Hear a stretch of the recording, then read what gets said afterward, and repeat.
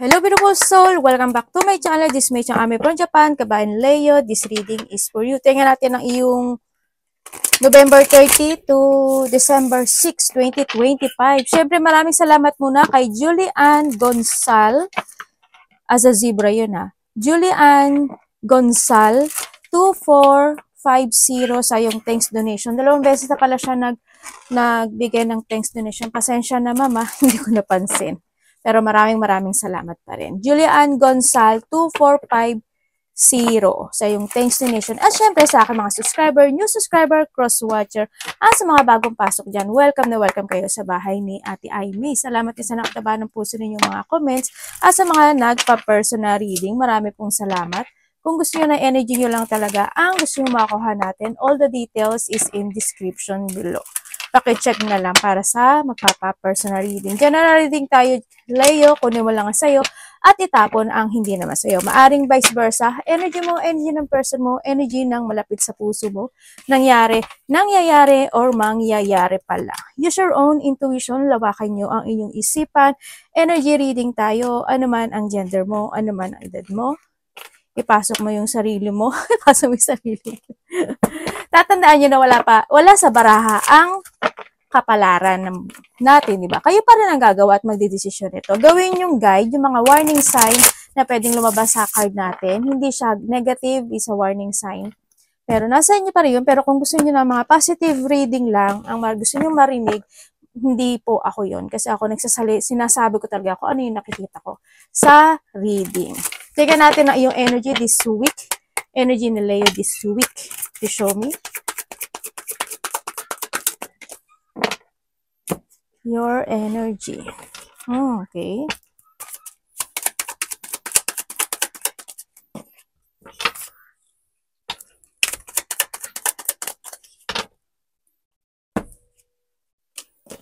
Okay, energy mo this week, nandito ka sa sitwasyon mo na ikaw is imbalance, no?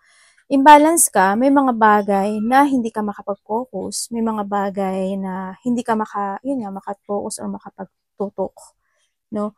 May mga bagay na makakaramdam ka ng pag-iisip or lungkot or may mga bagay na siguro i-reject mo or maybe something rejection na magaganap. By this week, ang nakikita ko sa'yo dito. It's more on imbalance to. It's more on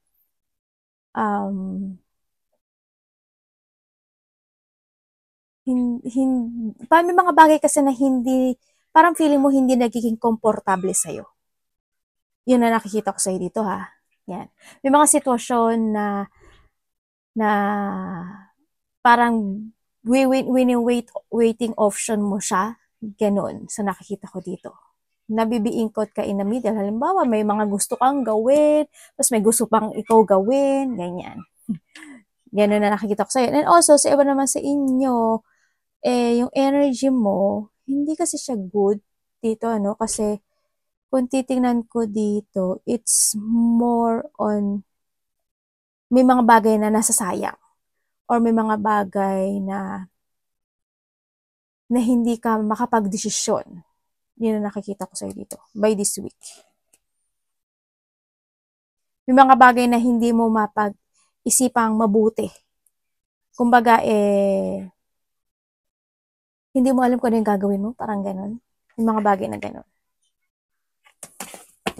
Yun ang nakikita ko sa'yo. It's more on imbalance situation. Tingnan natin ang parating sa'yo. May siguro nahagyo sa point na may mga sitwasyon na parang you're not, hindi compatible sa'yo, ganyan. Kaya sa iba ka matututok, mga ganun. At indecision kasi to no? Ganyan. Parang doon kasi sitwasyon na there's an obstacle na magaganap by this week sa'yo. May mga obstacle na nagaganap sa'yo. Difficult decision situation. Parating kay Leo, universe. Okay.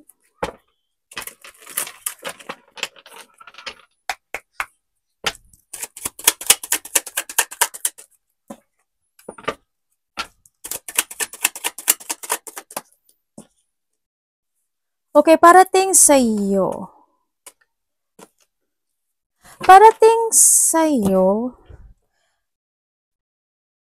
meron namang papasok na pera sa'yo. Pero, nahandun sa point na you feel burdened pa rin. Siguro, hindi sapat or saktong-sakto lang. Nandun ka nasa sitwasyon ka na gano'n. Yun ang parating sa'yo.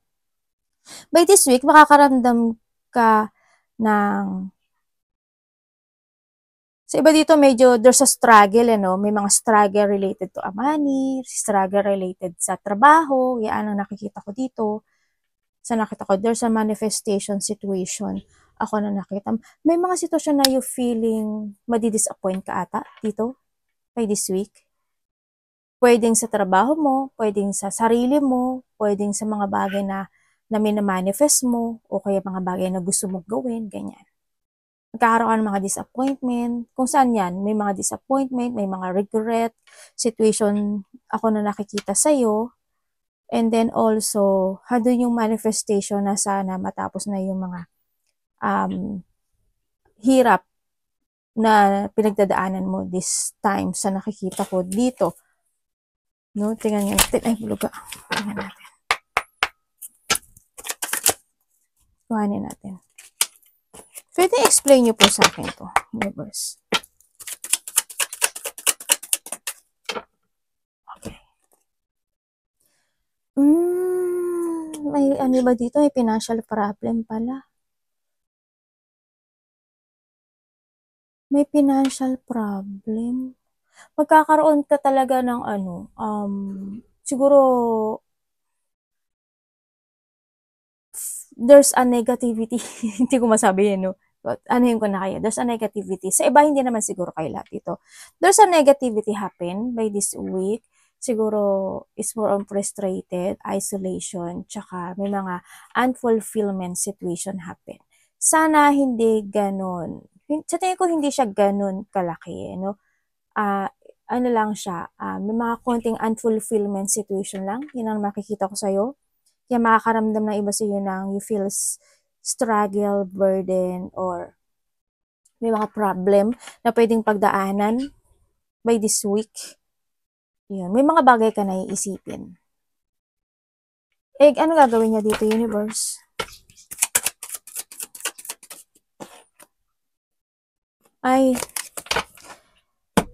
Ang sabi dito, kasi lumabas din siya na dito siya, sabi dito, may mga bagay daw na kailangan mo nang harapin. Kumbaga, wag ka lang manifest ang manifest. Ganun. Wag ka lang manifest na manifest. Kasi your manifest, kasi magaling ka naman when it comes to manifestation, it making things happen talaga pagdating sa manifestation mo, no? Kaya yung iba sa inyo, mag-ingat pa rin kayo sa manifestation. Hindi porket nakukuha nyo instantly yung mga manifestation nyo.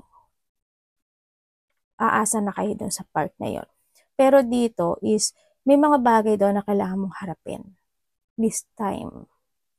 And then, if there's a painful choices, accept it. And you need to use your mind and intellect sa mga bagay na you want to pursue, na you want, kung gusto mo ng new project, gusto mo na, kailangan ng it's time to create, it's time na magkaroon ka ng mental clarity sa mga bagay na be responsible. Yung pinaka-the best sa lahat is be responsible sa lahat ng aspeto ng buhay mo. Yun na nakikita ko dito.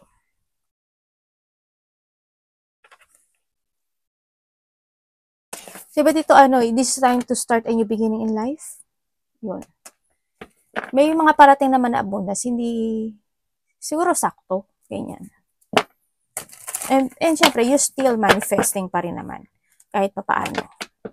Siguro may pinapaayos lang sa'yo na you need to focus lang din sa mga bagay. Halimbawa, ano ba yung gusto mong mag-focus? Kasi imbalance ka, di ba? O kailangan mo siguro magpahinga muna, mag-rest muna, di ba? Para mas more energetic, di ba? Para mas more ka makafocus. Yung mga ganun sitwasyon. O kaya kung ano mga bagay na kailangan mo daw harapin, kung ano man yun, trabaho mo, o kung mga riresolbahan ng mga bagay na problema, yung mga naumpisahan mo, kailangan mo nang tapusin, yung mga ganun sitwasyon. Ano ang dapat iwasan? Ina-explain ko na sa inyo ha, kasi minsan hindi nag-get lang ng iba. Ano dapat iwasan?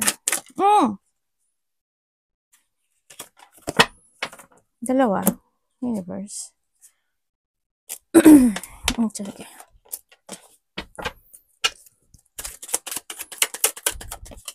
Okay. Okay, dapat mong iwasan. Ay, dito sa sitwasyon, hindi ko muna anuhin yung mga dapat iwasan na. Kasi the Moon, the Death, and the Hermit. Hindi ko muna ibibigay yung dapat iwasan. Dito sa card na to, may nakikita ako na isang sitwasyon sa buhay mo, no, na magkakaroon ka ng sagabal. May mga bagay na pwedeng sumagabal sa iyo. Kumbaga may blockage ka. May mga sitwasyon na pwedeng uurong ka, ganyan, urong-sulong, pwedeng gano'n. May mga sitwasyon na pwede sa iba is kaguluhan. Yan, may mga pagkagambala sa mga bagay na gusto mo nang umpisahan o gusto mong sa mga pagkagambala sa mga opportunity na meron ka, pwedeng gano'n, no? There's a loss of control situation ako na nakikita pagdating sa'yo dito. Yan, maaaring yung iba sa inyo medyo impatient ang magaganap sa inyo. Ang nakikita ko rin dito, parang pag naisip mo, ginagawa mo kaagad. Nandun ka sa point na yon. And then also, ang nakikita ko rin, may delay eh. May delay sa'yo. Pagdating sa nakita ko sa iba sa inyo, when it comes to delay, siguro may mga i-delay ka or may mga sitwasyon na madidelay.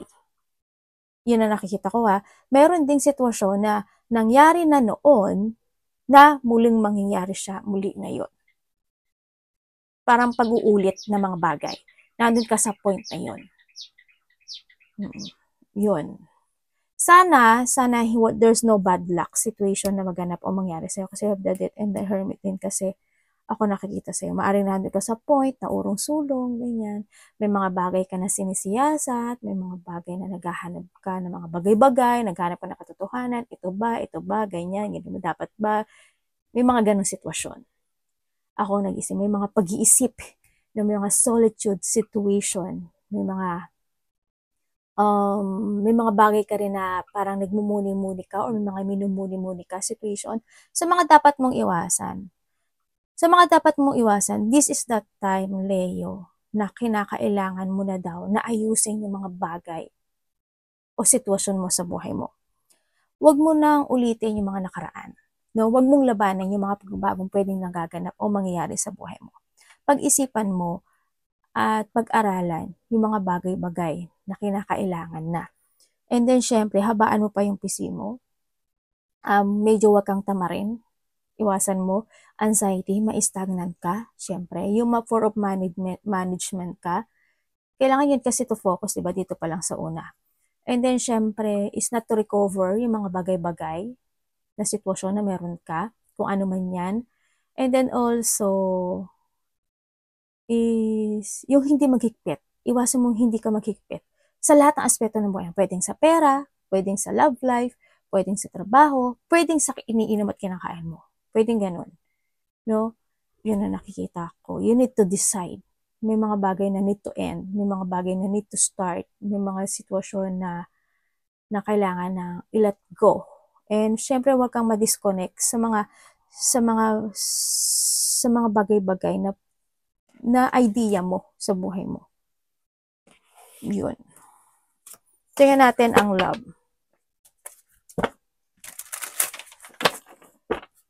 Kompleteho mo na daw yung mga dapat kompletuhin. Sinasabi dito? May mga incomplete situation kasi ako nakikita. Hindi ko alam yung what way. Yung mga ganun. Tsaka iwasan mo yung frustration.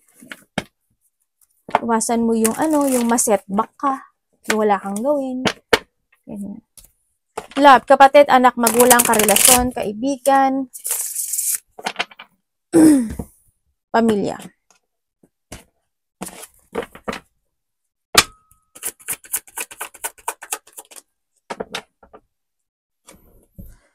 Ooh, there's something.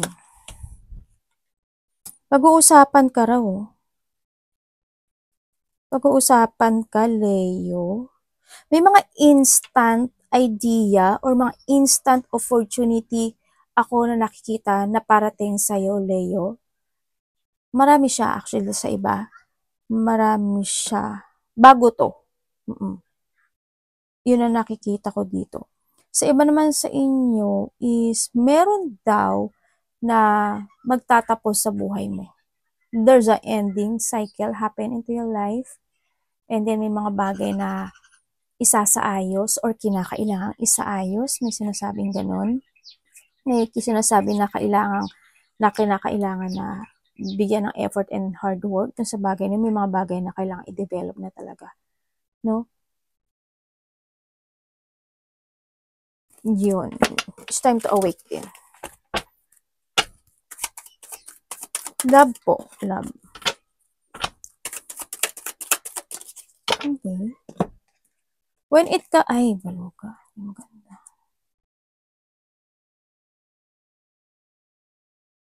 When it comes sa love marami to ha. Pwedeng sa kapatid mo, pwedeng sa karelasyon mo,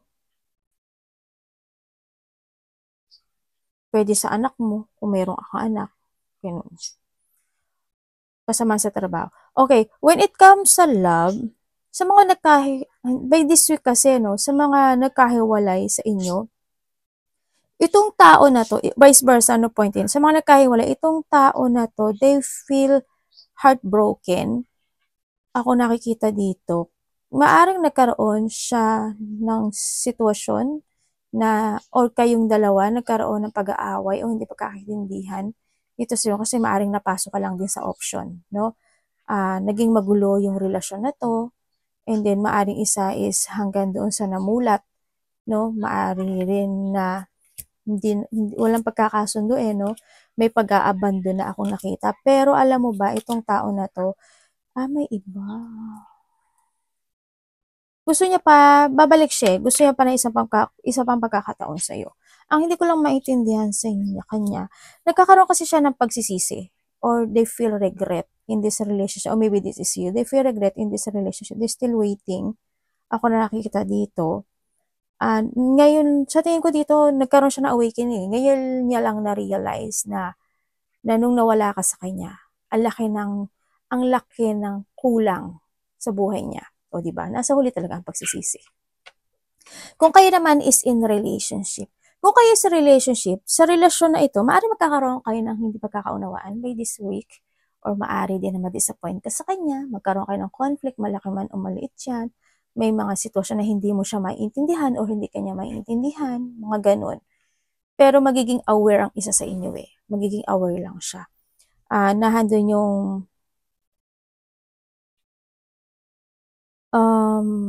nakita ko naman yung pagkakasundo. Darating din naman yung pagkakasundo. Pero handun yung pag-isolate ng isa. Yun, mag-isolate siya. Mag-isolate. Makakaramdam siya ng sadness, loneliness ang isa sa inyo. Kung kayo naman is in the third party, yun na nga. Diba?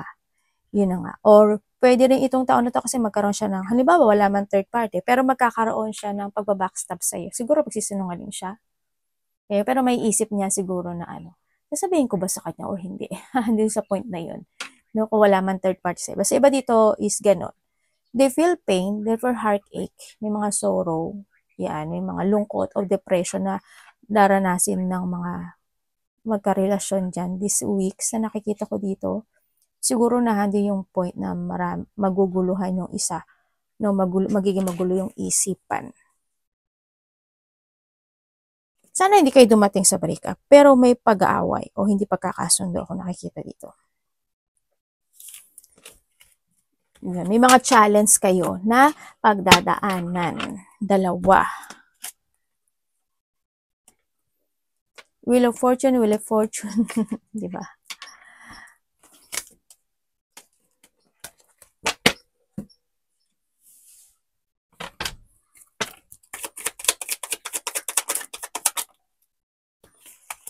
Your energy.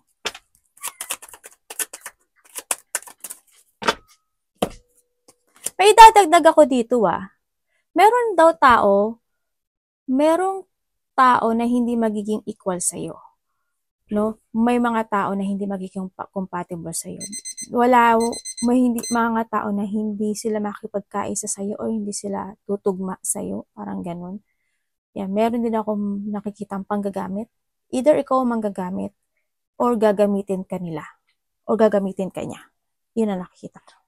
And also, you need to be aware kasi may mga unexpected, a blow of emotions happen this week. Siguro by the 3 days, 3 weeks, 3 months, parang ganun ang nakikita ko. Ito, pwede rin siya sa 3 hours. Yan. May mga unexpected, a blow of emotion happen. Pwedeng ma-depress ka, unhappiness, malito ka, may mga separation sa iba, siguro maaaring isi-separate mo yung sarili mo sa iba o isi-separate ng tao na to, isi-separate na sa iyo yung sarili niya, pwedeng ganun, or you separate yourself sa ibang tao, pwedeng ganun. May mga emotional pain, there's a deep hurt, intense, siguro loneliness sa iba, ganyan, may i-remove daw sa iyo ano, yun ang nakikita ko dito. May mga, iba dito, there's a trauma situation. There's a loss also. There's a loss situation. Maraming klase ang loss. Tatandaan mo palagi loss of money, loss of hope, loss of someone, pet, emotions, trust, pwedeng gano'n. Okay, when it comes dito sa sitwasyon mo, ang nakikita ko dito is medyo moody ata yung iba. No, moody type or maybe someone is moody. Medyo sa iba dito is ang gulo no? Medyo gulong-gulo sa mga bagay-bagay, makakaramdam ka ng ganun. Yun na nakita. Siguro sa mga pufukusan mo, ganyan. O sa mga bagay-bagay na, kasi tulad dito, di ba, ganun din sinabi ko, yung mga pufukusan. Yun. And then also, is dito sa sitwasyon na to, may tao kasi dito na hindi pwedeng pagkatiwalaan. May tao dito na hindi pagkatiwalaan. Meron din ako na tao na hindi pwedeng maasahan. Yun ang nakikita ko dito. May galit. Matinding galit. May puot May tao magiging bitter sa'yo. Maybe ikaw ito or someone is magiging bitter sa'yo. May tao na ayaw rin magparaya.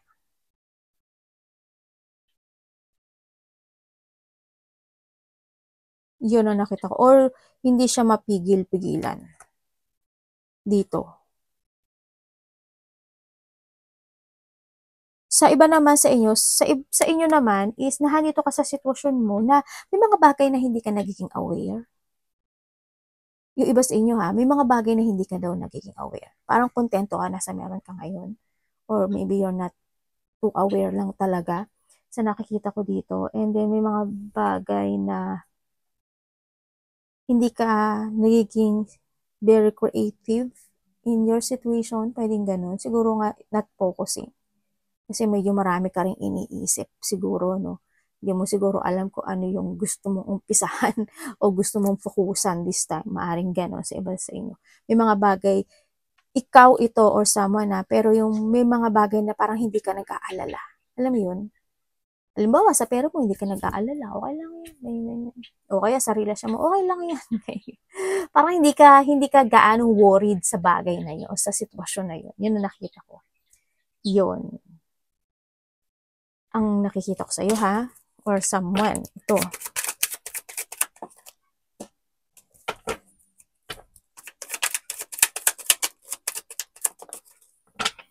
Three of Swords and Three of Swords.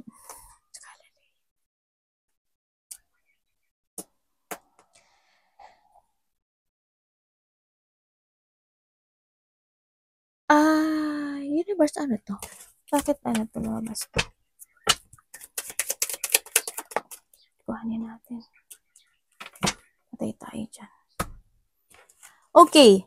Dito sa sitwasyon mo,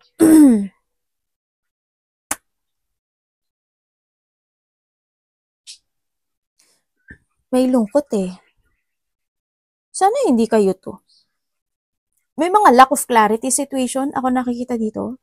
Siguro halimbawa, lack of clarity sa mga project mo, lack of clarity sa opportunity mo, lack of clarity kung ano yung mga bagay na gusto mong tapusin, pwedeng gano'n, mga bagay na gusto mong i-let go, may mga gano'n. O kaya mga basta there's a lack of clarity situation sa buhay mo. And ang nakikita ko din doon, medyo hindi maganda. Sana hindi, no, may mga false impressions. Sa iba sa inyo, may mga self-doubt in some aspect of your life. Yan. And then also, may lungkot eh. Hindi ko alam pero may makakaramdam ka raw ng lungkot. Siguro mararamdaman mo na yung lungkot, ganyan. O kaya naman hindi man siya lungkot, andoon yung sitwasyon na may mga worrying situation ka lang na mararamdaman. By this week, ganyan. Siguro may mga pag-aalala talaga. Kasi natin si 3 of Swords, dalawa na yung lumabas sa iyo eh. Kaya medyo worried ako dito, no. Sa pera mo dito, medyo hindi rin maganda, no. Kaya balansehin mo lang yung pera mo. Yan. Siguro doon ka sa point na marami kang kasi may hindi pag-iisip, 'di ba? May hindi pag-aalalang nagaganap. Siguro iba ganun. Pero when it comes sa Wheel of Fortune kasi maganda naman siya kasi dalawa yung lumabas. Yun nga lang, you need to decide din kung ano talaga yung pupukusan mo this time. Kasi nasa sayo na lahat eh. No, nasa sayo na lahat. Dumarating naman yung blessing, no? Ang nakikita ko lang sa iyo dito ay may mga bagay lang na nagiging cycle is ganyan. Yun ang nakikita ko sa iyo.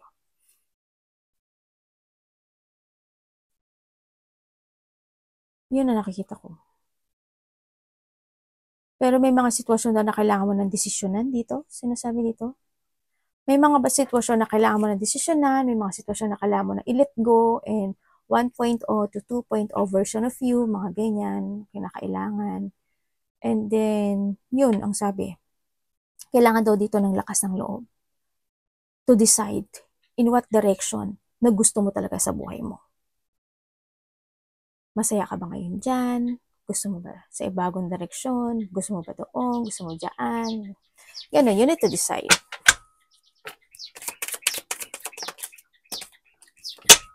Ay, sorry. Or maybe this, makakaramdam ka talaga lang lungkot. Diba? Eh, lalo na kung nag-iisa ka. Sa iba sa inyo.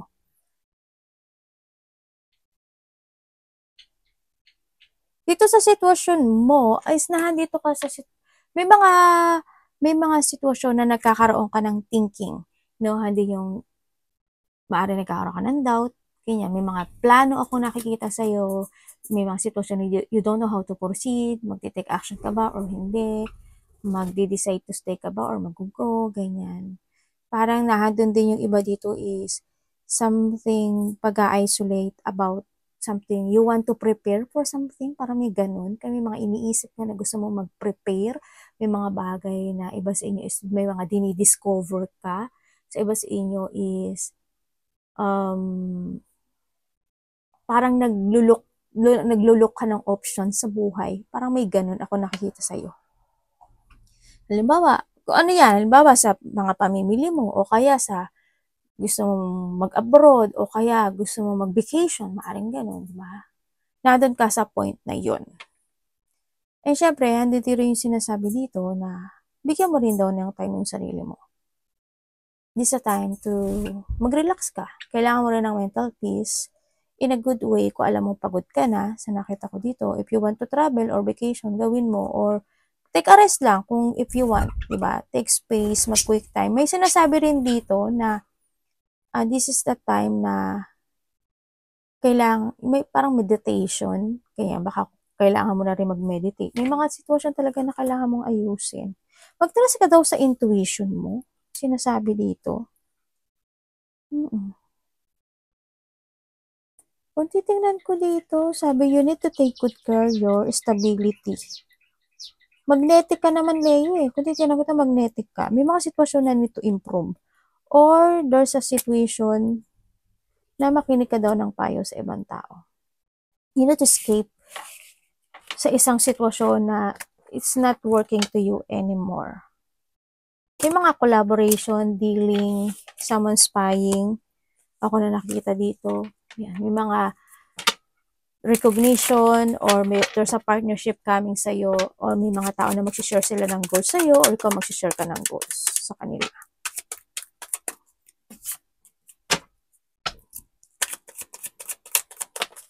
Yung iba dito, sumasakit yung ano nyo, bandang likod nyo, or may sakit kayo sa bandang likod. Pwedeng balakang, batok, balikat, ganyan. Baka may mga time na sumakit siya. Pwedeng sa pag natutulog, ganyan. Ingat na lang din, ano. Okay, dito sa situation mo, there's a chaos, baluga ka talaga.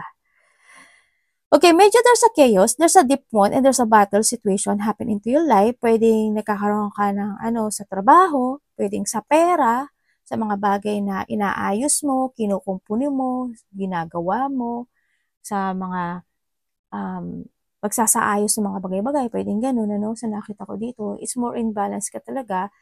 Now, overcommitment ka sa isang situation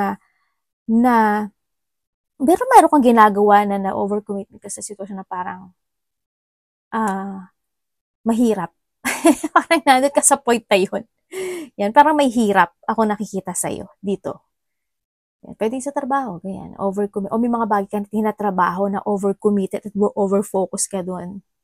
At nai-imbalance ka na. Pwedeng ganun. Di ba? Kaya medyo alagaan niyo rin yung sarili niyo. Kung saang aspeto ng buhay mo yan. Ang nakikita ko rin dito is